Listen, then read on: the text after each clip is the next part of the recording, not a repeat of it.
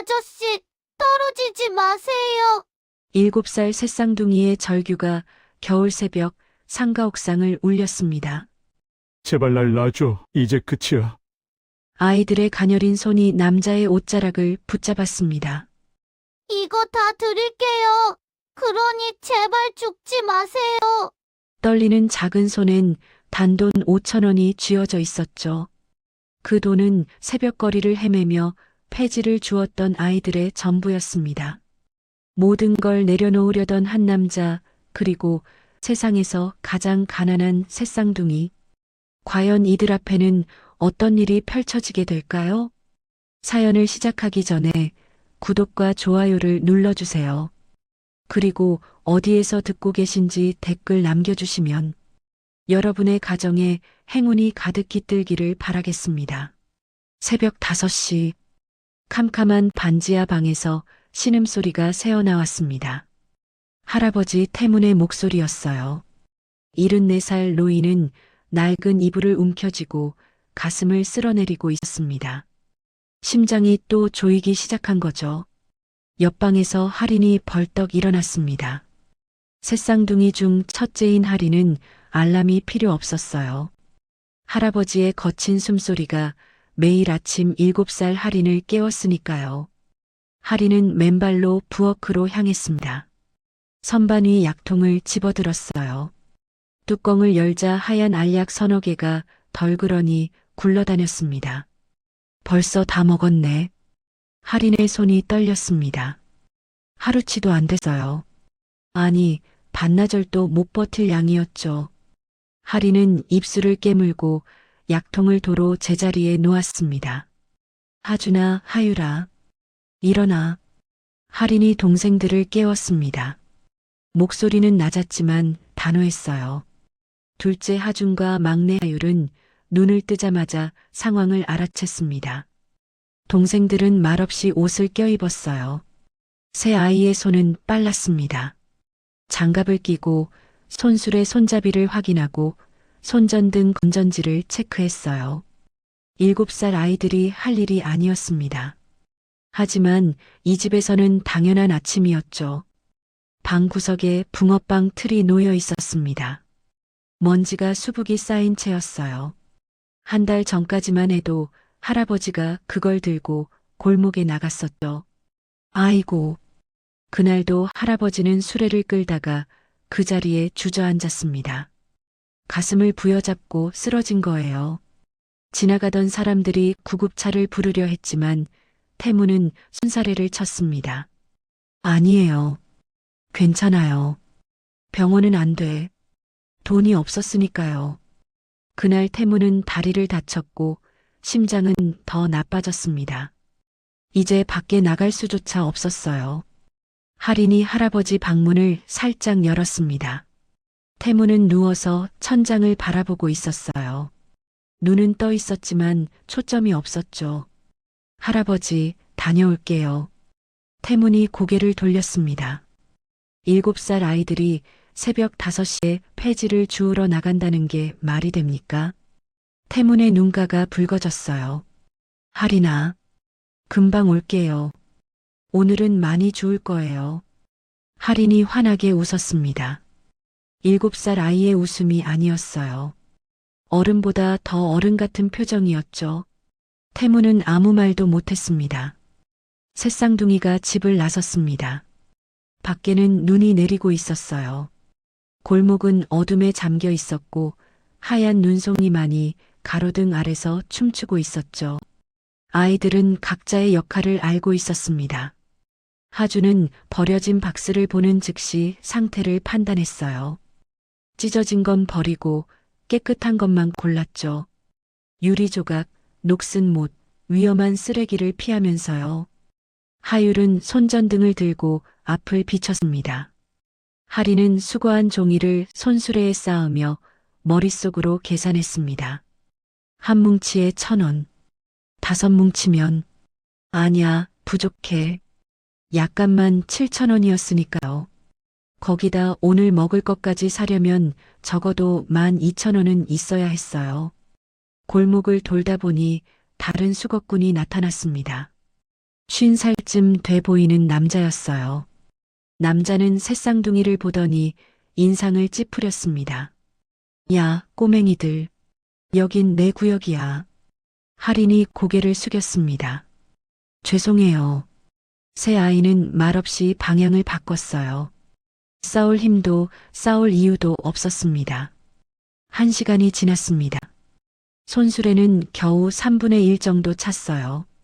오늘따라 폐지가 너무 없었습니다. 할인의 얼굴이 점점 굳어갔어요. 고물상에 도착했습니다. 주인은 종이를 대충 달아보더니 지폐 몇 장을 툭 던졌어요. 4,000원. 할인의 손이 떨렸습니다. 4,000원. 약도 못 사고 밥도 못 사는 돈이었죠. 그때 고물상 밖에서 목소리가 들렸습니다. 폐지 수거하는 아저씨 둘이 이야기하고 있었어요. 야, 청림동 그 상가 건물 알지? 거기 요즘 박스 엄청 쌓여 있던데. 아, 거기. 나도 가봤어. 철거 곧 시작한다고 건물주가 정리하고 있더라고. 우리도 내일 한번 가볼까? 할인의 귀가 쫑긋했습니다. 청림동 상가 건물. 박스가 산처럼 쌓여 있다고요. 할인은 고물상 밖으로 나와 하준과 하유를 불렀습니다. 하준아. 응. 청림동으로 가자. 하준이 고개를 갸웃했어요. 거기 왜? 아저씨들 말 들으니까 거기 박스 엄청 많대. 건물주가 철거 준비하면서 버린 거래. 하율이 언니 옷자락을 잡았어요. 언니 배고파? 하준도 아무 말 없이 땅만 봤습니다. 할인은 4,000원을 꼭 쥐고 두 동생을 보았어요. 한번 가보자. 거기 가면 오늘 약도 사고 밥도 먹을 수 있어. 새 아이는 다시 손수레를 끌었습니다. 이번엔 방향이 달랐어요. 어둠은 더 깊어졌고 골목은 더 조용했습니다. 청림동 상가 건물은 골목 안쪽 깊숙한 곳에 서 있었습니다. 눈이 내리는 탓에 건물이 더 을씨년스러워 보였어요. 5층짜리 낡은 건물이었어요. 몇 달 전부터 가게들이 하나둘 문을 닫고 이제는 텅 빈 채로 철거만 기다리고 있었죠. 건물 앞에는 공사 차량이 세워져 있었습니다. 건물주가 철거 전에 안을 정리하고 있었던 거예요. 며칠 전부터 남은 집기와 쓰레기를 버리느라 건물 뒤편에 박스와 폐기물을 잔뜩 쌓아뒀다고 했습니다. 새쌍둥이가 건물 뒤편에 도착했을 때 철조망 너머로 박스 더미가 보였어요. 우와. 하준의 입이 벌어졌습니다. 박스가 정말 산처럼 쌓여 있었어요. 깨끗한 종이 박스, 비닐 포장재, 폐기할 물건들이 한데 섞여 있었죠. 할인의 얼굴이 환해졌습니다. 저거면 오늘 10,000원은 되겠다. 새아는 철조망 틈을 비집고 안으로 들어갔습니다. 손수레는 밖에 두고 왔어요. 하준이 제일 먼저 박스를 뜯었습니다. 안에 깨끗한 종이가 가득했어요. 이거 완전 새 거잖아. 새 아이는 신이 나서 박스를 해체하기 시작했습니다. 얼어붙은 손으로 테이프를 뜯었죠. 종이를 펼치고 개수를 세고 묶었어요. 일은 순조로웠습니다. 하율이 손전등으로 주변을 비추다가 건물 안쪽을 봤어요. 출입문이 반쯤 열려 있었습니다. 언니, 저기 문 열려 있어. 안에도 있는 거 아니야? 할인이 고개를 저었습니다. 안으로 들어가면 안 돼. 여기 있는 것만 하자. 새 아이는 계속 박스를 모았습니다. 이미 손수레 2개 분량은 됐어요. 할인은 계산을 했습니다. 이 정도면 8,000원? 아니, 10,000원도 되겠다. 그때였습니다. 하율이 갑자기 고개를 번쩍 들었어요. 손전등이 위로 흔들렸죠. 언니. 하율의 목소리가 떨렸습니다. 할인과 하준이 동시에 고개를 들었어요. 건물 옥상. 난간 너머로 사람의 실루엣이 보였습니다. 눈 날리는 새벽 하늘을 배경으로 한 남자가 난간 위에 올라서서 아래를 내려다보고 있습니다. 하준이 숨을 삼켰습니다. 저 사람 떨어지겠어. 할인의 심장이 쿵쾅거렸습니다. 7살 아이의 머릿속에 한 가지 생각만 스쳤어요. 저 사람 죽겠다. 할인이 소리쳤습니다. 빨리 위로 올라가야 돼. 새 아이는 박스를 내팽개치고 건물 안으로 뛰어들어갔습니다. 출입문을 밀고 들어가자 어둠이 아이들을 삼켰어요. 복도는 깜깜했습니다. 하율이 손전등을 비췄죠. 텅 빈 복도에 아무것도 없었어요. 가게들이 나간 자리만 횡하니 남아 있었죠. 엘리베이터. 하준이 엘리베이터 쪽으로 뛰었습니다. 버튼을 눌렀지만 불이 들어오지 않았어요. 건물 전기가 끊긴 거였죠. 계단으로. 새 아이는 계단을 향해 달렸습니다. 계단 입구에 안내판이 보였어요. 옥상까지 5층이라고 적혀 있었죠. 할인이 먼저 계단을 오르기 시작했습니다. 빨리. 1층, 2층, 3층. 새쌍둥이의 숨소리가 점점 거칠어졌습니다. 7살 아이들에게 5층은 너무 높았어요. 하율이 중간에 주저앉을 뻔했지만 하준이 손을 잡아 끌었죠. 4층을 지나 마지막 계단을 올랐습니다. 옥상으로 이어지는 철문이 보였어요. 문은 반쯤 열려 있었습니다. 새 아이는 숨을 헐떡이며 문 앞에 섰습니다. 할인이 떨리는 손으로 문을 밀었어요. 문이 천천히 열렸습니다. 차가운 새벽 바람이 얼굴을 때렸어요. 옥상 난간 앞에 40대로 보이는 남자가 서 있었습니다. 남자는 난간 밖을 내려다보고 있었어요. 등은 굽어 있었고 옷은 구겨져 있었죠. 한 손으로 난간을 붙잡고 있었지만 금방이라도 놓칠 것 같았습니다. 난간 아래는 5층 높이의 허공이었어요. 할인이 떨리는 목소리로 외쳤습니다. 아저씨. 남자의 어깨가 움찔했습니다. 천천히 고개를 돌렸어요. 40대 후반쯤 돼 보이는 남자였습니다. 얼굴은 수척했고 눈은 초점을 잃은 듯 했어요. 7살 새쌍둥이와 눈이 마주쳤습니다. 옥상 위로 하얀 눈송이가 소리 없이 떨어졌어요. 새벽 공기는 칼날처럼 차갑고 바람은 뼛속까지 파고들었죠. 남자는 난간 위에 올라서 있었습니다. 두 발이 간신히 난간 모서리에 걸쳐 있었어요. 어깨 위로 눈이 쌓이고 있었죠. 한 발만 더 내딛으면 떨어질 거였습니다. 할인이 다시 외쳤습니다. 아저씨. 입김이 하얗게 퍼져나갔어요. 남자가 천천히 고개를 돌렸습니다. 새쌍둥이와 눈이 마주쳤어요. 남자의 얼굴은 수척했고 눈은 텅 빈 듯 초점이 없었죠.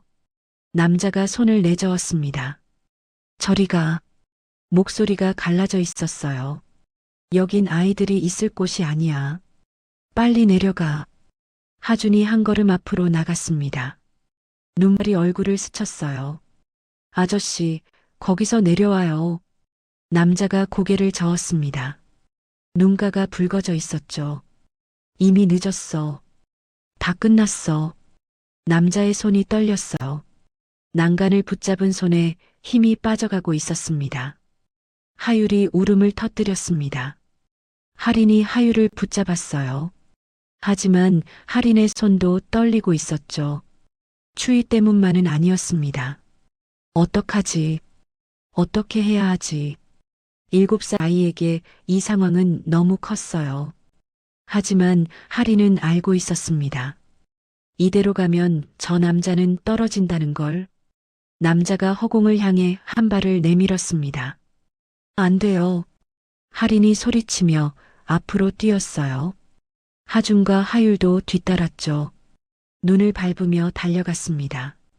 남자가 놀라 뒤를 돌아봤어요. 오지 마. 위험해. 할인은 멈추지 않았습니다. 남자로부터 서너 걸음 떨어진 곳에 섰어요. 아저씨, 제발이요. 할인의 목소리가 떨렸습니다. 입김이 하얗게 피어올랐죠. 남자는 아이들을 보며 고개를 저었어요. 너희가 뭘 알아? 몰라요. 할인이 대답했습니다. 근데 아저씨가 여기서 떨어지면 안 될 것 같아요. 남자의 입술이 떨렸어요. 바닥에는 담배꽁초가 여러 개 널려 있었습니다. 빈 소주병도 보였어요. 눈이 그 위로 소복이 쌓이고 있었죠. 남자는 아마 밤새 여기 있었을 겁니다. 하준이 남자의 손을 봤어요. 남자의 손은 심하게 떨리고 있었습니다. 추위 때문만은 아니었죠. 남자가 중얼거렸습니다. 억울해. 목소리에 절망이 가득했어요. 아무 잘못도 안 했는데 다 빼앗겼어. 남자의 눈에서 눈물이 흘러내렸습니다. 회사도 집도 사람들도 다 떠났어. 손이 주먹을 쥐었다 폈다를 반복했어요. 난 이제 남은 게 하나도 없어. 목소리가 부들부들 떨렸습니다. 할인이 주머니에 손을 넣었습니다. 아까 고물상에서 받은 돈이 만져졌어요. 구겨진 지폐와 동전이 손바닥에 느껴졌죠. 꽁꽁 얼어붙은 손으로 그걸 꺼냈습니다. 천천히 손을 펼쳤어요. 4,000원. 지폐 4장과 동전 몇 개가 손바닥 위에 놓였습니다. 눈송이가 그 위로 떨어졌어요. 하준이 언니를 봤습니다. 눈이 커졌죠. 하준도 주머니를 뒤졌어요. 지난번 주운 동전 몇 개가 나왔습니다. 하율도 손을 넣었어요. 작은 동전 2개가 손에 쥐어졌죠. 새쌍둥이가 손을 모았습니다. 5,000원 남짓이었어요. 남자가 아이들의 손을 내려다봤습니다. 눈이 흔들렸어요. 작은 손 위로 눈이 소복이 쌓이고 있었죠. 할인이 떨리는 목소리로 말했습니다. 아저씨. 남자가 할인을 봤어요. 이거 없으면 할인의 목소리가 잠겼습니다. 눈물이 차올랐어요. 오늘 저녁 못 먹어요. 남자의 얼굴이 일그러졌습니다. 하준이 말을 이었어요. 할아버지 약도 못 사요. 하율은 그냥 울고 있었어요. 말을 잇지 못하고 그저 흐느끼고 있었죠. 눈물이 뺨을 타고 흘러내렸습니다. 할인이 한 걸음 더 다가갔습니다. 눈을 밟으며 조심스럽게요. 그래도 남자가 할인을 똑바로 봤어요. 할인이 손을 앞으로 내밀었습니다. 5,000원이 든 손을요. 눈송이가 손바닥 위로 계속 떨어졌어요. 이거 드릴게요. 그러니까 살아요. 남자는 말을 잇지 못했습니다. 이만 벌린 채 아이들을 바라봤어요. 7살 새쌍둥이. 눈 내리는 새벽에 폐지를 주워 모았던 전 재산. 그걸 모르는 남자에게 내밀고 있었습니다. 남자의 손이 떨렸어요. 몸이 앞으로 기울어지기 시작했죠. 하율이 앞으로 나갔습니다. 작은 손으로 남자의 옷자락을 붙잡았어요. 살아요. 제발요. 하율의 목소리는 간절했습니다. 7살 아이의 순수한 호소였죠. 남자의 눈에서 눈물이 주르륵 흘러내렸습니다. 도대체 왜? 남자는 난간 위에서 한참을 서 있었어요. 아래는 5층 높이의 허공이었습니다. 위는 눈 내리는 차가운 새벽 하늘이었죠. 그리고 앞에는 7살 새쌍둥이가 서 있었습니다. 전 재산을 손에 쥐고요. 남자가 천천히 난간에서 발을 뗐습니다. 옥상 바닥에 내려섰어요. 다리에 힘이 풀려 그 자리에 주저앉았습니다. 미안해. 미안해. 남자는 고개를 떨구고 울기 시작했어요. 어깨가 들썩였죠. 할인이 남자 앞에 쪼그리고 앉았습니다. 5,000원을 남자 손에 쥐어줬어요. 괜찮아요. 남자는 손바닥을 봤습니다. 구겨진 지폐와 동전이 손에 있었어요. 눈송이가 그 위로 떨어졌죠. 그 무게가 느껴졌습니다. 5,000원. 아이들의 전 재산. 남자는 그걸 꼭 쥐고 흐느꼈습니다. 하준이 남자 옆에 앉았어요. 하율도 붙어 앉았죠. 새쌍둥이가 남자를 감싸고 있었습니다. 눈은 계속 내렸어요. 남자는 한참을 울다가 고개를 들었습니다. 아이들을 봤어요. 고마워. 목소리는 여전히 떨렸지만 눈빛은 달라져 있었습니다. 정말 고마워. 할인이 웃었어요. 7살 아이의 환한 웃음이었죠. 입김이 하얗게 피어올랐습니다. 이제 같이 내려가요. 남자가 고개를 끄덕였습니다. 새쌍둥이가 남자를 가운데 두고 천천히 일어섰어요. 옥상 문을 향해 걸어갔습니다. 눈 쌓인 바닥을 밟으며요. 남자는 한 걸음 한 걸음 내디디며 생각했습니다. 오늘은 살아야겠다. 아이들이 준 5,000원을 주머니에 넣었어요. 그 무게를 느끼며 계단을 내려가기 시작했습니다. 눈은 여전히 내리고 있었습니다. 계단을 내려오는 발걸음은 느렸습니다. 네 사람은 말없이 계단을 걸었어요. 남자는 새쌍둥이 뒤에서 한 계단씩 조심스럽게 발을 옮겼죠. 다리에 힘이 없었습니다. 1층에 도착했을 때 남자는 벽에 기대 섰어요. 숨을 고르며 눈을 감았습니다. 할인이 남자를 올려다봤어요. 아저씨, 괜찮아요? 남자가 천천히 눈을 떴습니다. 아이들을 봤죠. 응, 괜찮아. 목소리는 여전히 떨리고 있었어요. 건물 밖으로 나왔습니다. 눈은 여전히 내리고 있었어요. 새벽 공기가 얼굴을 스쳤죠. 남자는 골목 가로등 아래 멈춰 섰습니다. 주머니에서 담배 한 개비를 꺼냈다가 다시 집어넣었어요. 손이 떨렸습니다. 하율이 남자 옷자락을 잡았어요. 아저씨, 이름이 뭐예요? 남자는 하율을 내려다봤습니다. 7살 아이의 순수한 눈빛이었죠. 이름. 남자는 한참을 망설였습니다. 그리고 천천히 입을 열었어요. 도현이야. 김도현. 할인이 고개를 끄덕였습니다. 저는 할인이에요. 얘는 하준, 얘는 하율. 도현은 새 아이를 번갈아 봤어요.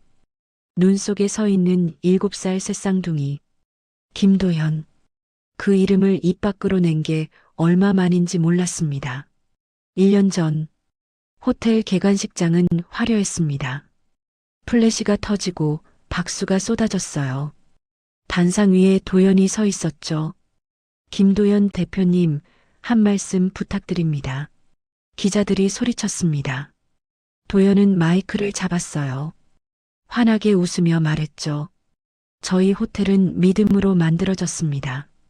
직원들을 믿고, 고객을 믿고, 미래를 믿습니다. 박수가 터져 나왔어요. 옆에는 정미경이 서 있었습니다. 부대표였죠. 우아하게 미소 지으며 도연을 바라봤어요. 뒤쪽에는 이상규가 있었습니다. 재무이사였죠. 조용히 사람들을 훑어보고 있었어요. 도연은 그때 몰랐습니다. 그 믿음이 독이 될 줄은. 도연은 서류에 결제 도장을 찍고 있었습니다.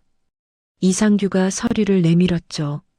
대표님, 감사 결과 보고서입니다. 결제만 부탁드립니다. 내용 확인했어? 네, 이상 없습니다. 도연은 고개를 끄덕이고 도장을 찍었어요.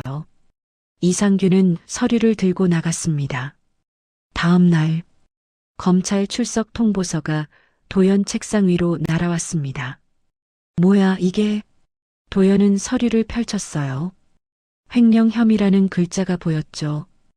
회사 로비는 아수라장이 됐습니다. 기자들이 몰려들었어요. 김도연 대표, 횡령 혐의 어떻게 생각하십니까? 회사 자금을 빼돌렸다는데 사실입니까? 플래시가 터졌습니다. 도연은 조사실에 앉아 있었어요. 저는 모릅니다. 제가 왜 여기 앉아 있어야 합니까? 수사관이 서류를 내밀었습니다. 이 계좌 대표님 명의 아닙니까? 제 계좌가 아닙니다. 그럼 이 결제는요? 대표님 도장 아닙니까? 도연은 서류를 봤어요. 분명 자기 도장이었죠. 이건 제가 찍었지만 자백하시는 겁니까? 도연은 말을 잇지 못했습니다. 며칠 후 통장이 동결됐습니다. 부동산도 막혔어요. 카드가 정지됐죠. 집에서 정미경이 짐을 싸고 있었습니다. 당신, 뭐 하는 거야? 정미경은 차갑게 쳐다봤어요. 이혼해요. 뭐?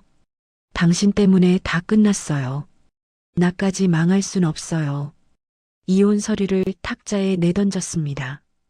도연은 손을 뻗었지만 정미경은 돌아서 나갔어요. 도연은 전화를 들었습니다. 오래 알던 지인에게 전화를 걸었죠. 여보세요. 나 좀 도와줘. 억울하게 당한 거야. 미안해, 도연아. 나도 위험해. 연락하지 마. 전화가 끊겼습니다. 1명, 2명, 3명 모두 전화를 끊었어요. 도연은 빈 사무실에 홀로 앉아 있었습니다. 회장 명패가 책상 위에 놓여 있었죠. 다음 날 그 명패는 사라졌습니다. 김도연 회장이라는 이름도 함께. 그로부터 1년 후 도연은 눈 내린 골목에 서 있었어요. 아이들이 자기를 올려다보고 있었죠. 아저씨, 어디 가요? 하준이 물었습니다. 도연은 대답하지 못했어요. 갈 곳이 없었으니까요. 할인이 하준과 하유를 봤습니다. 뭔가 결심한 표정이었어요. 우리 집 가요. 도연이 고개를 들었습니다. 뭐? 아저씨, 갈 데 없죠? 도연은 부인하지 못했습니다. 할인이 계속 말했어요. 우리 집 좁지만 오늘 하루만이라도요. 도연은 아이들을 봤습니다. 7살 아이들이 자기를 집으로 데려가겠다고 했어요. 안 돼. 도연은 고개를 숙였어요. 패 끼치고 싶지 않아. 하율이 도연 손을 잡았습니다. 아저씨, 같이 가요. 작은 손의 온기가 느껴졌습니다. 도연은 한참을 망설이다가 고개를 끄덕였어요. 하루만, 정말 하루만. 새쌍둥이가 앞서서 걸었습니다. 도연은 몇 걸음 뒤에서 따라갔어요. 눈은 계속 내렸습니다. 도연은 주머니 속 5,000원을 만졌어요. 구겨진 지폐가 손에 느껴졌죠. 아이들의 전부였어. 그 무게가 가슴을 눌렀습니다. 오늘은 살아야 한다. 도연은 그렇게 중얼거리며 걸었어요. 좁은 골목을 지나 반지하 계단을 내려갔습니다. 반지하 계단을 내려가자 차가운 기운이 올라왔습니다. 할인이 문을 열었어요. 삐걱거리는 소리와 함께 곰팡이 냄새가 확 퍼져나왔죠. 도연은 문 앞에서 잠시 망설였지만 아이들이 먼저 들어가자 따라 들어갔습니다. 방 안은 좁았어요. 6평 남짓한 공간에 이불이 2개 깔려 있었고 벽에는 얼룩진 곰팡이 자국이 선명했죠. 천장에서는 물이 스며든 흔적이 보였습니다. 안쪽에서 거친 숨소리가 들렸어요. 태문이 이불을 뒤집어 쓴 채 누워 있었습니다. 낯선 발소리에 몸을 일으키려다 다리 통증이 올라왔는지 얼굴을 찌푸렸어요. 하율이 급히 달려가 할아버지를 붙잡았습니다. 할아버지, 다리 조심하세요. 태문은 하율을 보다가 문 앞에 선 낯선 남자를 봤어요. 눈빛이 날카로워졌죠. 누구십니까? 목소리에는 경계심이 가득했습니다. 할인이 할아버지 곁으로 다가갔어요. 할아버지, 이분, 갈 곳이 없으시대요. 태무는 도연을 위아래로 훑어봤습니다. 구겨진 옷, 수척한 얼굴, 초점 없는 눈빛, 거리에서 자는 사람처럼 보였죠. 여기 좁은데. 태문의 목소리가 낮아졌어요. 도연은 바닥만 보며 고개를 숙였습니다. 죄송합니다. 하루만. 그 이상은 패 끼치지 않겠습니다. 목소리가 떨렸어요. 태무는 아이들을 봤습니다. 새쌍둥이가 자기를 조용히 바라보고 있었어요. 할인의 눈빛이 간절했죠. 태무는 한숨을 쉬었습니다. 딱 하루만입니다. 내일은 다른 곳 알아보셔야 해요. 도연이 깊게 고개를 숙였어요. 감사합니다. 하주는 부엌 서랍을 뒤지기 시작했습니다. 작은 그릇 하나를 꺼냈어요. 하율은 냉장고를 열었죠. 안에는 김치통 하나와 오래된 밑반찬이 전부였습니다. 할인이 밥솥 뚜껑을 열었어요. 밥이 조금 남아 있었죠. 김치 국물이 묻어 있었습니다. 할인은 그걸 그릇에 담아 다시 데웠어요. 도연은 그 모습을 보며 가슴이 먹먹했습니다. 7살 아이들이. 잠시 후 작은 밥그릇이 도연 앞에 놓였어요. 드세요. 할인이 말했습니다. 도연은 그릇을 받아들었지만 숟가락을 들지 못했어요. 손이 떨렸습니다. 태무는 방 한구석 약봉지를 정리하다가 숨이 차서 멈췄어요. 손으로 가슴을 눌렀죠. 할인이 약통을 들고 왔습니다. 할아버지, 내일은 병원 꼭 가야 해요. 태무는 약통을 받아들었어요. 거의 바닥난 약을 보며 한숨을 쉬었죠. 약값이 제일 무섭구나. 아이들 앞에서 한 말이었지만 도연도 듣고 있었습니다. 도연은 조심스럽게 물었어요. 아이들, 부모님은 안 계십니까? 방 안 공기가 무거워졌습니다. 태문의 얼굴이 굳었어요. 한참을 침묵하다가 짧게 고개를 떨궜죠. 2년 전에 교통사고로 둘 다 갔습니다. 담담한 목소리였지만 그 안에 담긴 무게는 무거웠어요. 도연은 아무 말도 못했습니다. 태무는 천장을 보며 계속 말했어요. 우리 아들이, 애들 아버지가 말입니다. 죽기 전에 회사에서 크게 당했어요. 도연의 손이 멈췄습니다. 무슨 자금 횡령 혐의로 억울하게 해고당했습니다. 검찰 조사까지 받았어요. 태문의 목소리가 떨렸어요. 우리 아들은 그런 사람이 아닙니다. 성실하고 착한 아이였어요. 회사 일도 열심히 했고요. 주먹을 불끈 쥐었습니다. 근데 갑자기 횡령했다고요? 말이 됩니까? 우리 아들은 그럴 사람이 아닙니다. 도연은 숨을 죽이고 들었어요. 검찰 조사 받으면서도 계속 말했어요. 자기는 억울하다고. 도대체 사람들이 왜 이러는지 모르겠다고. 태문의 눈가가 붉어졌어요. 그러다가 교통사고가 났어요. 며느리도 같이. 너무 갑작스럽게. 한참 침묵이 흘렀습니다. 도연은 떨리는 목소리로 물었어요. 어느 회사였습니까? 태문이 도연을 봤습니다. 그랜드 호텔입니다. 본사 재무팀이었어요. 도연의 얼굴이 하얗게 질렸어요. 그랜드 호텔. 머릿속이 하얘졌습니다. 자신이 대표였던 그 회사였죠. 태문이 이상한 눈빛으로 도연을 봤어요. 왜 그러십니까? 혹시 그 회사 아십니까? 도연은 한참을 망설였습니다. 말해야 하나? 말하면 어떻게 되나? 하지만 거짓말할 수 없었어요. 제가 목소리가 갈라졌습니다. 그 회사 전 대표였습니다. 태문의 눈이 커졌어요. 방 안 공기가 얼어붙었습니다. 뭐라고요? 죄송합니다. 제가 그 회사 대표였습니다. 태문은 도연을 뚫어지게 쳐다봤죠. 분노가 치밀어 올랐습니다. 당신이 그 회사 대표였다고요? 예. 그럼 우리 아들 일도 알았겠네요? 도연은 고개를 끄덕였어요. 알고 있었습니다. 그때는 직원의 개인 비리라고 보고받았습니다. 태문의 주먹이 떨렸어요. 개인 비리? 우리 아들이 비리를 저질렀다는 겁니까? 아닙니다. 그게 아니라. 도연은 말을 잇지 못했어요. 태문은 숨을 고르며 물었습니다. 그럼 묻겠습니다. 당신은 그 큰 회사 대표였는데 왜 지금 이 꼴입니까? 날카로운 질문이었어요. 도연은 한참을 침묵하다가 천천히 입을 열었습니다. 저도 1년 전에 쫓겨났습니다. 쫓겨났다고요? 횡령 혐의로. 태문의 눈빛이 흔들렸어요. 도연이 계속 말했습니다. 저도 억울합니다. 전 정말 잘못한 게 없는데 횡령, 배임 혐의로 억울하게 누명 쓰고 모든 걸 빼앗겼어요. 목소리가 떨렸어요. 회사도 집도 가족도 다 잃었습니다. 태무는 도연을 보며 말을 잇지 못했습니다.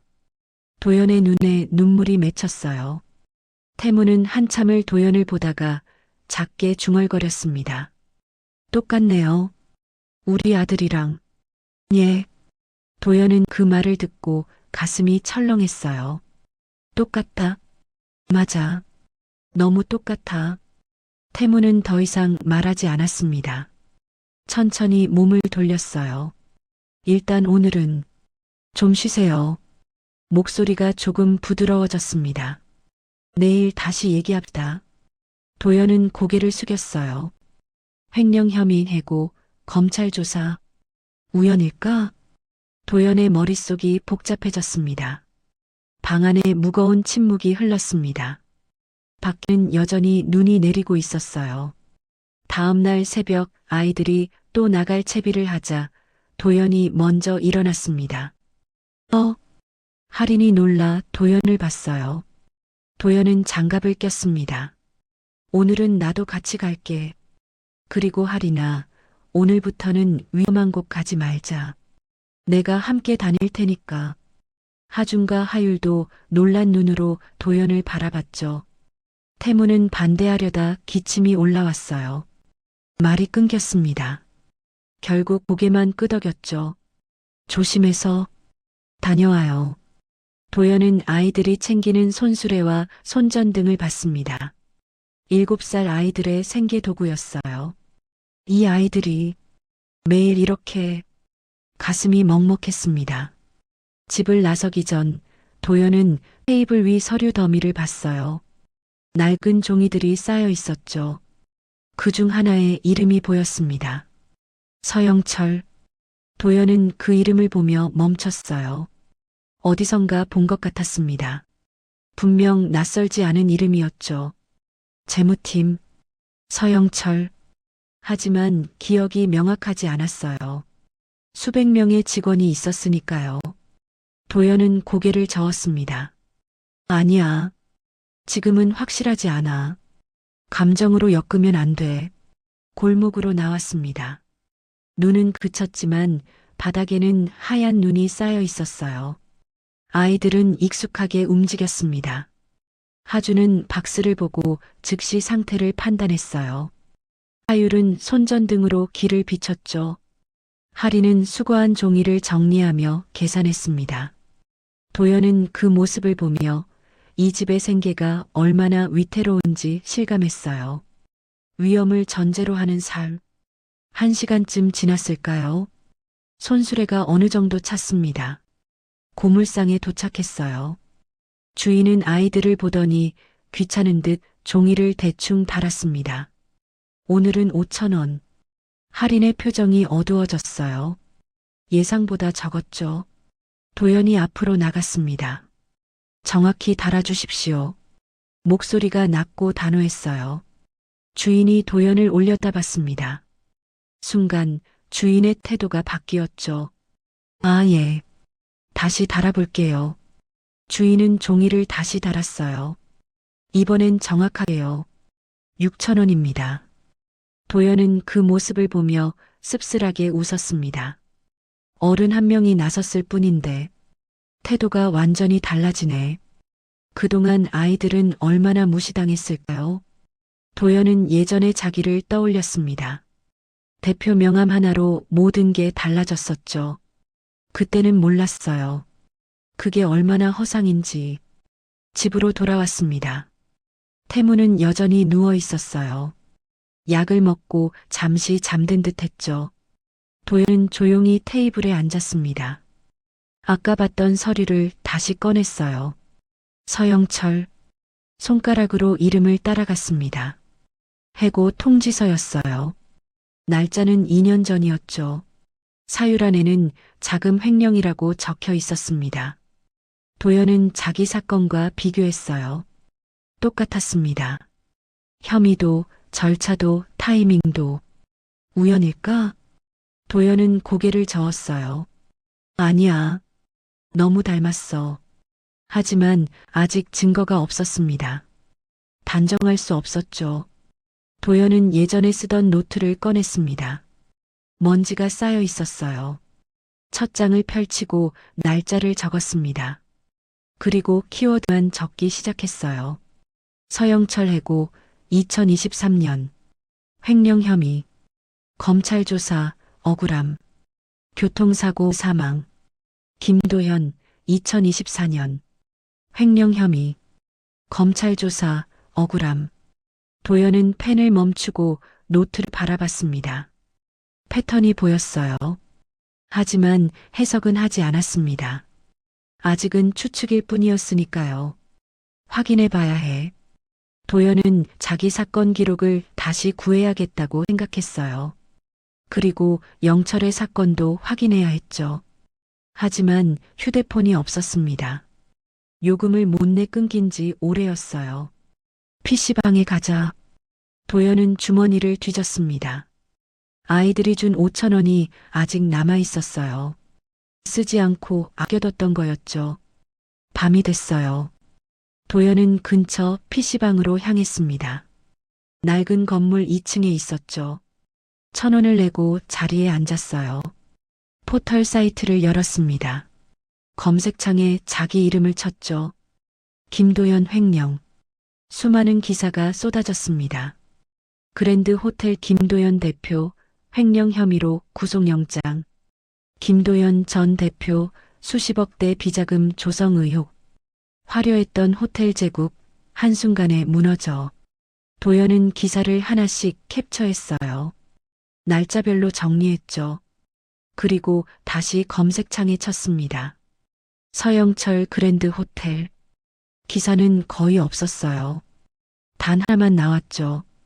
그랜드 호텔 재무팀 직원, 자금 횡령으로 해고. 짧은 기사였습니다. 이름도 익명 처리돼 있었어요. 하지만 날짜가 맞았죠.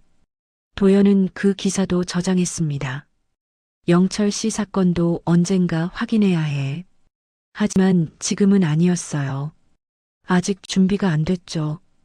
도연은 자료를 메일로 자기에게 보냈습니다.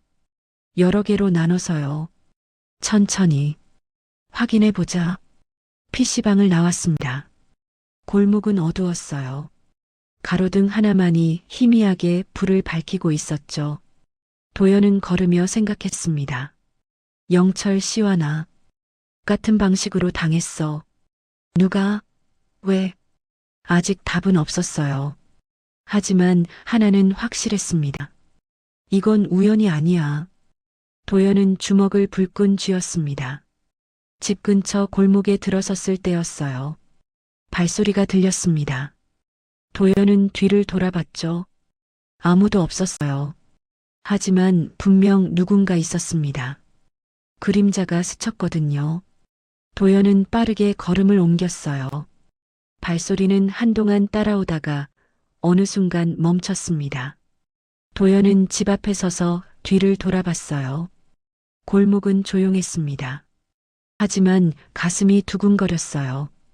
누군가 지켜보고 있어. 며칠이 지났습니다. 도연은 아이들과 함께 폐지를 주우며 생활했어요. 태문과는 조금씩 말이 늘었죠. 하지만 둘 다 조심스러웠습니다. 어느 날 저녁 비가 내리기 시작했어요. 반지하 집 뒤편 창고에서 물이 새기 시작했습니다. 천장 틈으로 빗물이 똑똑 떨어졌어요. 하율이 양동이를 받치러 갔다가 미끄러졌습니다. 아야! 몸이 창고 문에 부딪혔어요. 오래 잠겨있던 문이 벌어졌죠. 안쪽에서 먼지 쌓인 종이 상자 하나가 굴러 나왔습니다. 뭐야, 이거? 하준이 상자를 봤어요. 상자 겉면에 흐릿하게 이름이 적혀 있었습니다. 서영철. 하리는 순간 멈췄어요. 할아버지를 바라봤죠. 태무는 상자를 보자 얼굴이 굳었습니다. 그건 치워라. 목소리가 떨렸어요. 도연이 방에서 나왔습니다. 무슨 일인가 싶어서요. 무슨 일입니까? 태무는 대답하지 않았어요. 상자만 바라보고 있었죠. 도연은 상자 겉면에 이름을 봤습니다. 서영철. 심장이 빠르게 뛰기 시작했어요. 이게 영철 씨 물건입니까? 태무는 한참을 침묵하다가 고개를 끄덕였습니다. 애들 아빠 물건들입니다. 괜히 애들 상처될까봐 안 꺼냈어요. 도연은 조심스럽게 물었습니다. 안을 봐도 되겠습니까? 태무는 도연을 봤어요. 한참을 망설이다가 천천히 말했죠. 보십시오. 어차피 이제 의미 없는 것들입니다. 도연은 상자를 열었습니다. 안에는 밝게 웃고 있는 가족 사진과 낡은 수첩, 복사된 서류 몇 장, 그리고 USB가 들어 있었어요. 도연은 복사된 서류를 본 순간 손이 떨렸습니다. 회사 회계장부 사본을. 왜 집에? 일반 직원이 회계장부를 복사해서 집에 가져오는 건 흔한 일이 아니었습니다. 도연은 서류를 자세히 넘겨봤어요. 자금 이동 내역이 빼곡했습니다. 날짜, 금액, 계좌번호.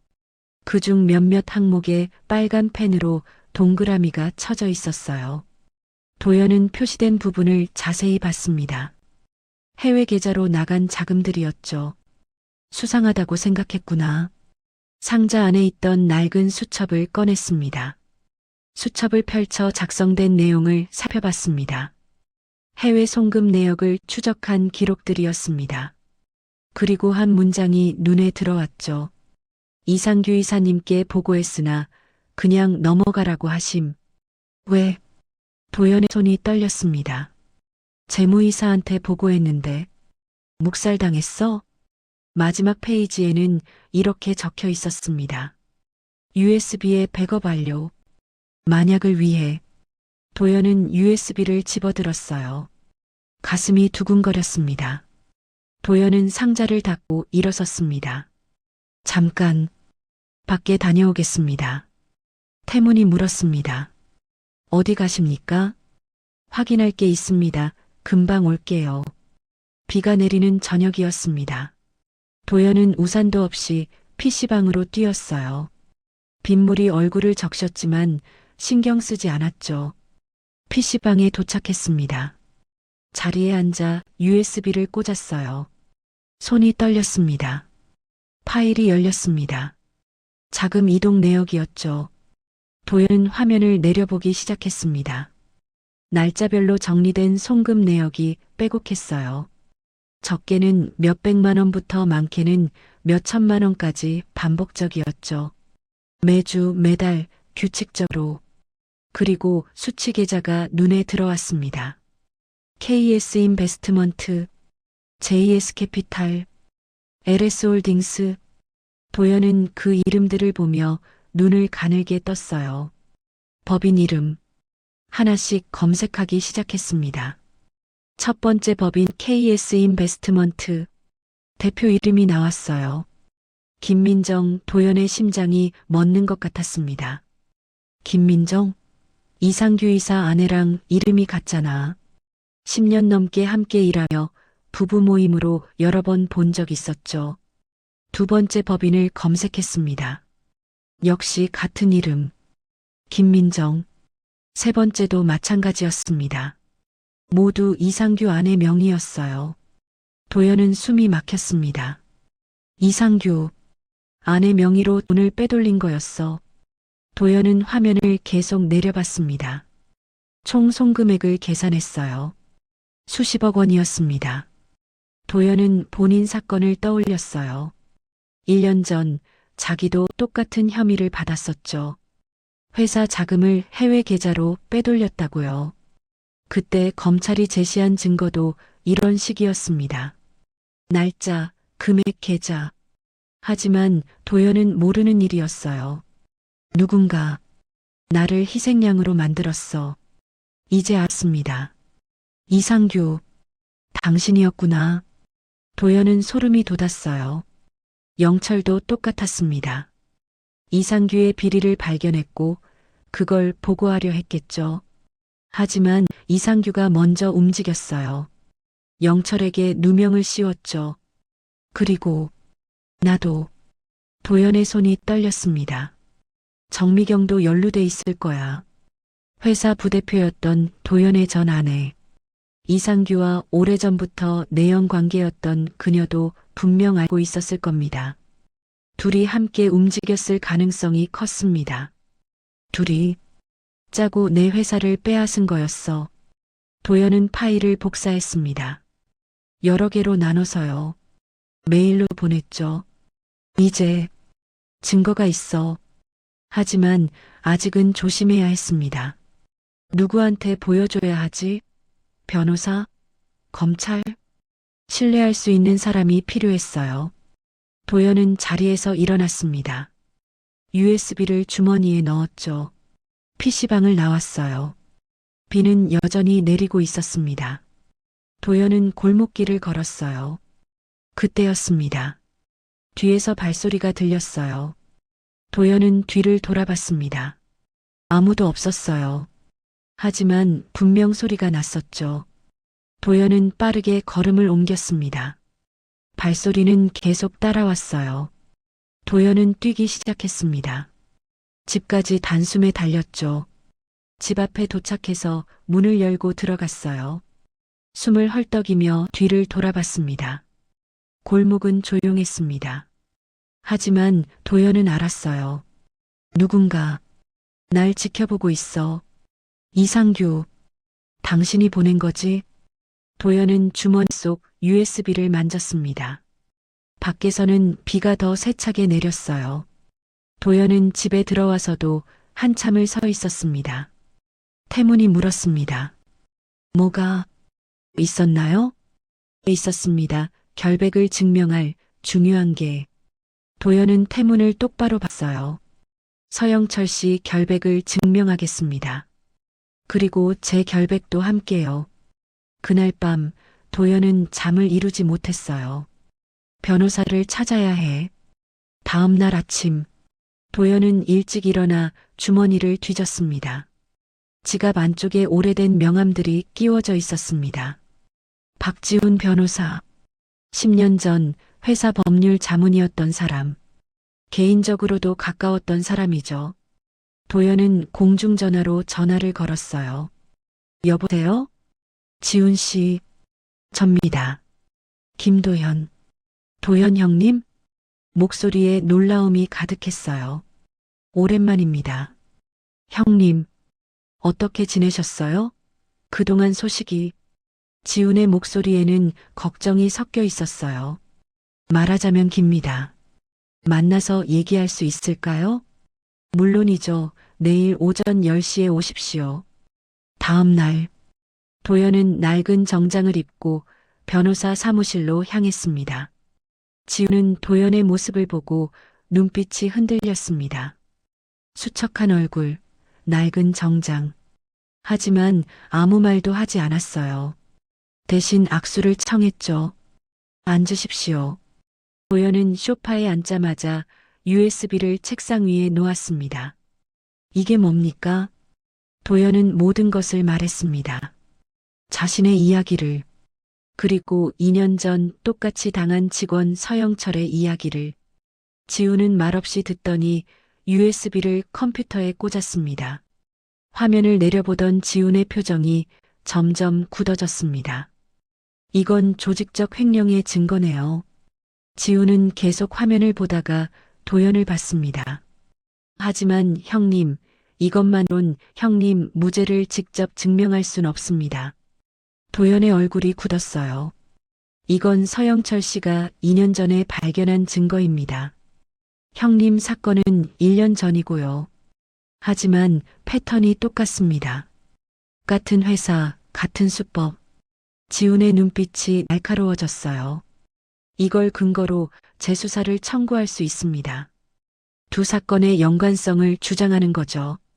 지훈이 계속 설명했습니다. 재수사가 시작되면 형님 사건도 다시 들여다볼 겁니다. 그러면 새로운 증거도 찾을 수 있을 거예요. 새로운 증거요? 예. 처음 수사 때 놓쳤거나 은폐된 것들이 분명 있을 겁니다. 도연은 고개를 끄덕였습니다. 지훈의 표정이 굳어졌어요. 하지만 조심하셔야 합니다. 형님도 아시잖아요. 정미경이 지금 그 회사 대표고 이상규가 여전히 재무이사입니다.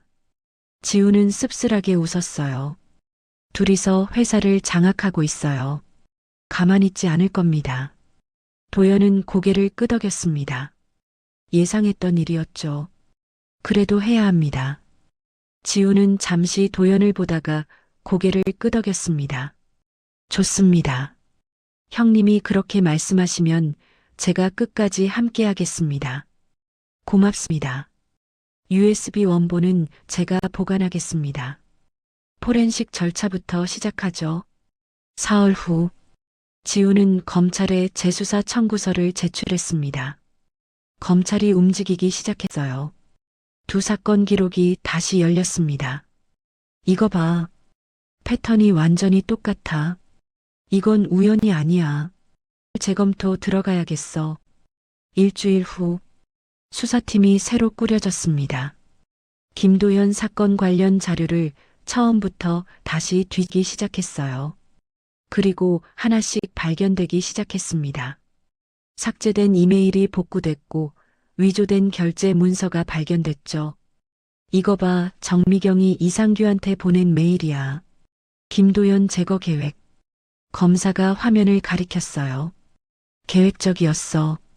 처음부터. 은행 거래 내역도 다시 확보했어. 김도연 명의로 된 계좌, 실제로는 조작된 거네. 김도연의 이름이 다시 수사 문서에 올랐어요. 이번엔 피의자가 아니라 피해자로. 그리고 이 소식은 빠르게 퍼졌습니다. 정미경의 귀에도 들어갔죠. 뭐라고? 재수사? 목소리가 떨렸어요. 전화를 끄는 정미경은 즉시 이상규에게 전화를 걸었습니다. 서영철, 김도연 자료, 당신이 정리했다고 했잖아. 정리했습니다. 관련 증거가 검찰에 제출됐다는데 재수사 얘기가 왜 나오는 거냐고. 이상규는 잠시 침묵했습니다. 김도연 위치부터 파악해. 전화를 끄는 이상규는 누군가에게 전화를 걸었습니다. 김도연, 위치 파악하고 움직임 감시해줘. 며칠이 지났습니다. 도연은 창문 밖을 봤어요. 골목 끝에 차 한 대가 서 있었습니다. 불이 꺼진 채로요. 다음 날도 그 다음 날도 같은 차가 있었어요. 도연은 태문에게 말했습니다. 혹시 모르니 아이들밖에 혼자 나가지 못하게 해주십시오. 태문의 얼굴이 굳었습니다. 위험합니까? 모르겠습니다. 하지만 조심해야 합니다. 태문은 고개를 끄덕였어요. 그날 밤부터 도연은 불을 켜두고 잤습니다. 2주일이 지났습니다. 지훈에게서 연락이 왔어요. 새 증거 확보했습니다. 정미경과 이상규, 참고인 조사 대상으로 소환 예정입니다. 며칠 후 정미경은 변호사를 대동하고 조사실에 갔습니다. 저는 아무것도 모릅니다. 그럼 이 이메일이랑 메신저 기록은요? 검사가 화면을 돌렸어요. 김도연 대표 제거 후 일정표. 당신이 직접 작성한 거 아닙니까?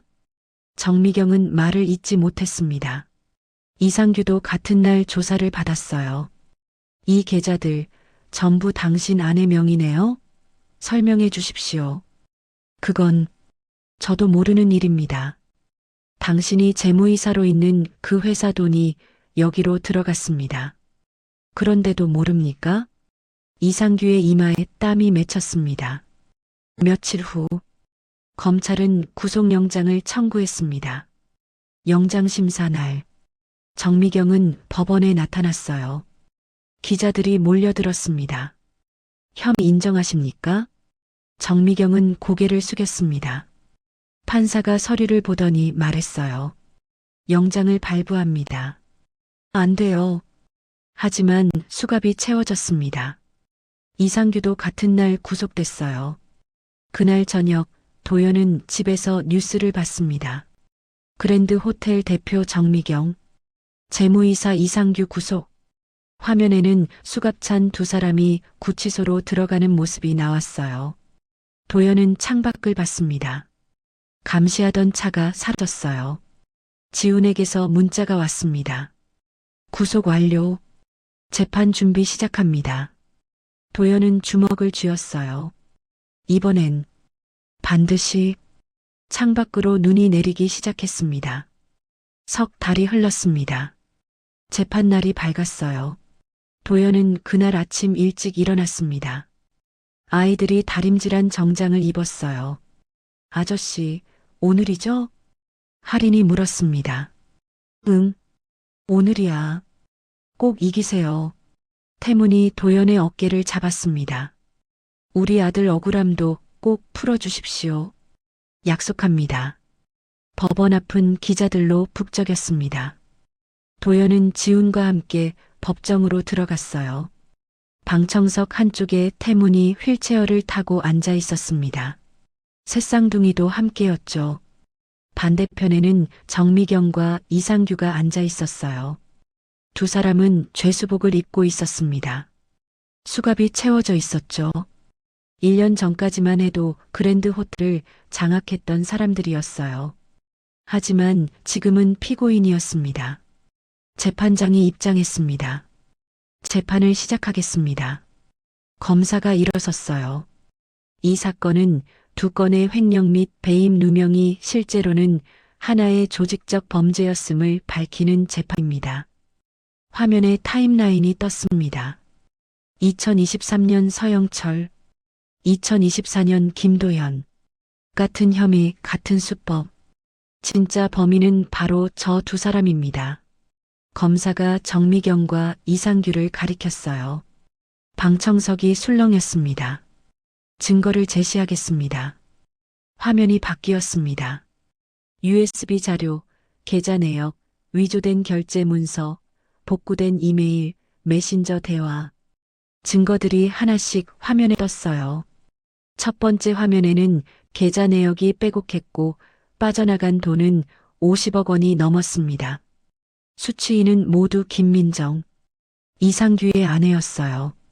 다음은 정미경이 이상규에게 보낸 이메일이었습니다.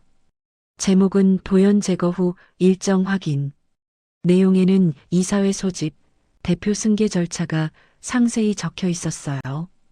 그리고 해외 계좌로 송금한 자금 집행 결제 문서에는 김도연 서명이 찍혀 있었지만 피적 감정 결과 위조였습니다. 이상규가 도연 서명을 흉내낸 거였어요. 증거가 쌓일수록 정미경과 이상규의 얼굴은 창백해졌어요. 더 이상 변명의 여지가 없습니다. 검사가 단호하게 말했습니다. 정미경의 변호사가 일어섰어요. 이에 있습니다. 정황 증거일 뿐입니다. 정황 증거라고요? 검사가 웃었습니다. 그럼 김도연 씨 증언을 들어보시죠. 김도연 씨 증인석으로. 도연이 일어났습니다. 증인석에 섰어요. 손이 떨렸습니다. 1년 전 무슨 일이 있었습니까? 도연은 천천히 말을 시작했습니다. 어느 날 갑자기 끊었습니다. 목소리가 떨렸어요. 회사도 집도 가족도 모든 게 한순간에 사라졌습니다. 횡령과 배임 혐의를 받았습니다. 하지만 저는 아무것도 하지 않았어요. 도연의 눈에 눈물이 맺혔습니다. 아무도 믿어주지 않았습니다. 친구들도 지인들도 다 떠났습니다. 1년 동안 거리를 헤맸습니다. 도연은 전 아내 미경을 봤어요. 미경은 고개를 돌렸습니다. 도연의 목소리가 커졌어요. 하지만 더 억울한 사람이 있습니다. 도연이 방청석에 태문과 아이들을 봤습니다. 서영철 씨입니다. 그 사람은 그랜드 호텔 재무팀 직원으로 회사 자금 이상 흐름을 처음 발견하고 보고했던 사람입니다. 이상규 씨에게요. 이상규가 움찔했습니다.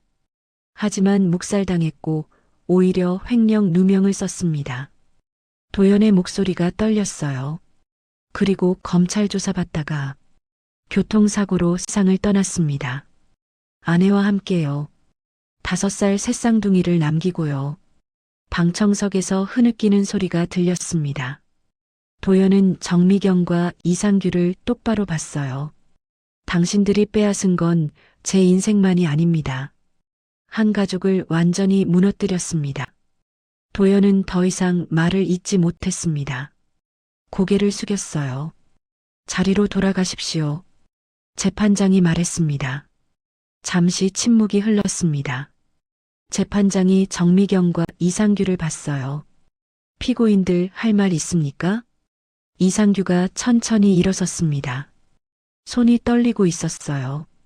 한참을 서 있다가 입을 열었습니다. 재판장님, 정미경이 이상규를 쏘아봤습니다. 하지만 이상규는 고개를 저었어요. 더 이상 못하겠습니다. 뭐? 정미경이 소리쳤습니다. 이상규는 정미경을 보지 않았습니다. 제가 잘못했습니다. 목소리가 떨렸어요. 회사 돈을 빼돌렸습니다. 서영철 씨와 김도연 씨에게 누명을 씌웠습니다. 방청석이 술렁였습니다. 왜 그랬습니까? 재판장이 물었습니다. 돈이 필요했습니다. 이상규가 정미경을 봤어요. 그리고 회사를 차지하고 싶었습니다. 정미경이 벌떡 일어섰어요. 네가 먼저 제안했잖아. 당신도 동의했잖아. 두 사람이 서로를 비난하기 시작했습니다. 재판장이 망치를 두드렸어요. 두 사람 모두 조용히 하세요. 법정이 조용해졌습니다. 재판장이 서류를 정리했어요. 판결을 선고하겠습니다. 모두가 숨을 죽였습니다.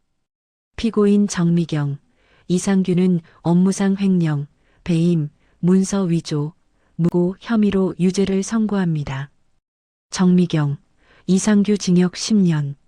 재판장의 목소리가 법정에 울렸습니다. 정미경의 얼굴이 하얗게 질렸어요. 그리고 재판장이 도연을 받습니다.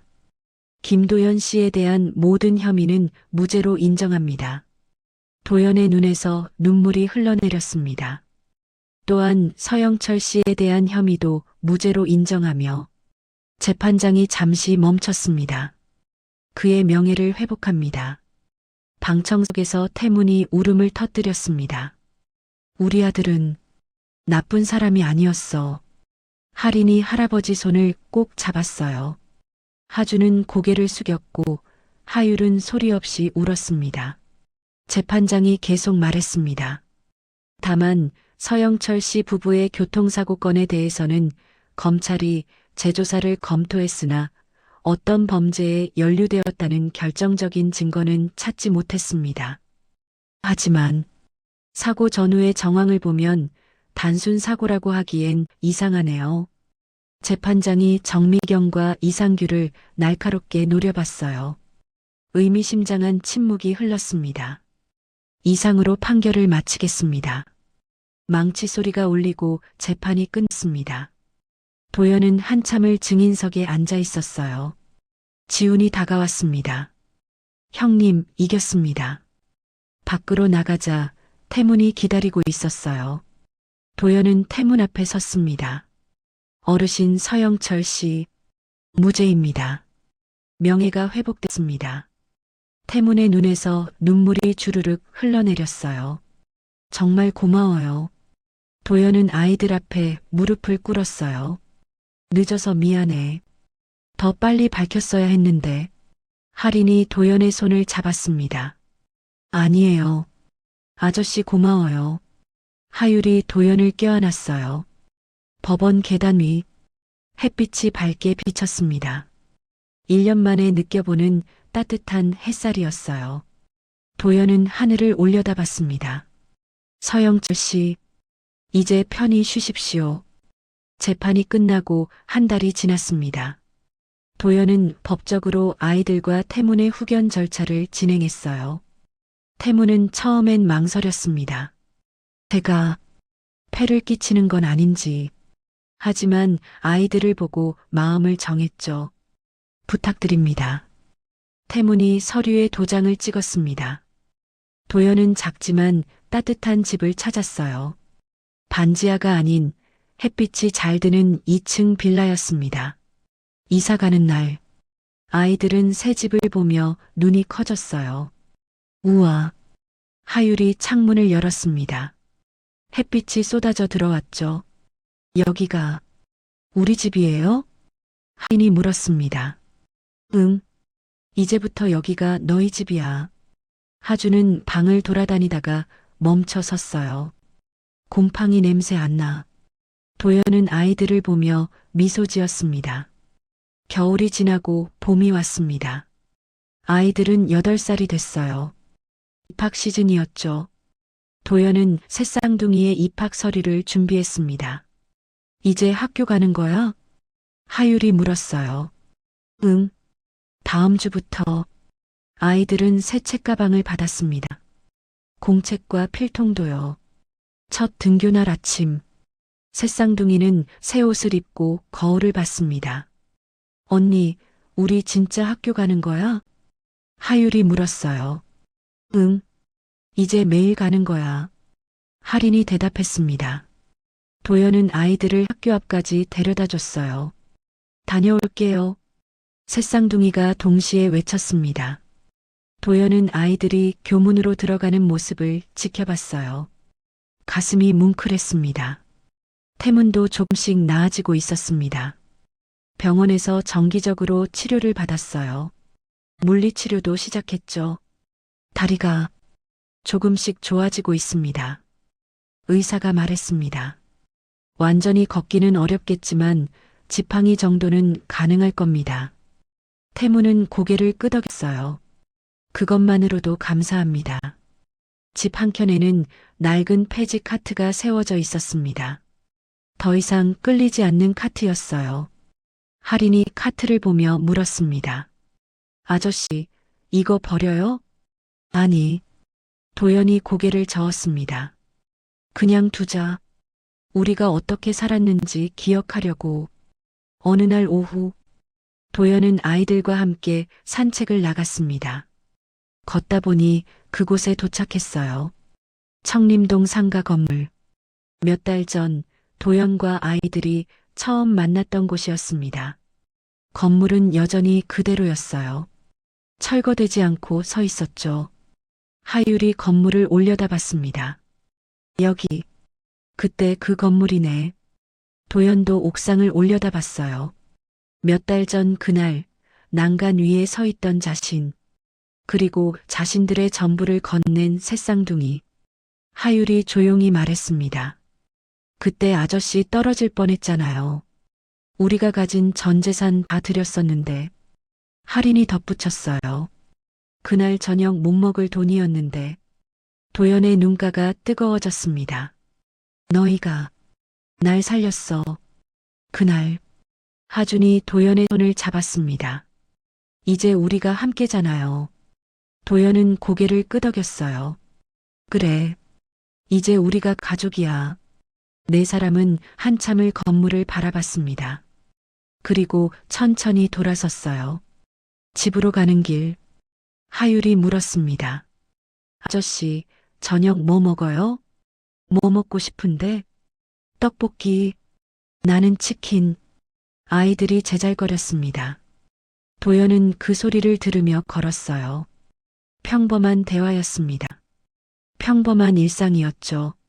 하지만 도연에게는 기적 같은 순간이었어요. 집에 도착하자 태문이 거실에 앉아 있었습니다. 지팡이를 짚고 혼자 일어서는 연습을 하고 있었어요. 할아버지, 아이들이 달려갔습니다. 조심해라. 넘어지겠다. 태문이 웃으며 말했습니다. 저녁 식탁. 5사람이 둘러앉았어요. 김치찌개 한 냄비, 계란말이, 김치. 소박한 저녁이었습니다. 아이들을 재운 후 도연은 창가에 섰습니다. 눈이 내리고 있었어요. 작년 겨울 아이들과 처음 만났던 그날처럼. 하지만 이제는 춥지 않았습니다. 도연은 조용히 중얼거렸습니다. 고마워. 살려줘서. 도연은 창문을 닫았습니다. 내일은 또 어떤 하루가 올까요? 평범하고 따뜻한 하루. 그것만으로 충분했습니다. 도연은 처음으로 평범한 내일을 기다리며 잠자리에 들었습니다. 오늘 이야기 어떠셨나요? 이 사연이 당신의 하루에 작은 위로가 되었다면 무료로 할 수 있는 구독과 좋아요로 마음을 나눠주세요. 그리고 사연 주인공에게 건네고 싶은 위로나 응원의 말이 있으시다면 댓글로 남겨주세요. 당신의 한마디가 누군가에겐 오늘 하루를 버틸 큰 힘이 됩니다. 늘 건강하시고 내일도 밝고 따뜻한 하루가 되시길 바랍니다.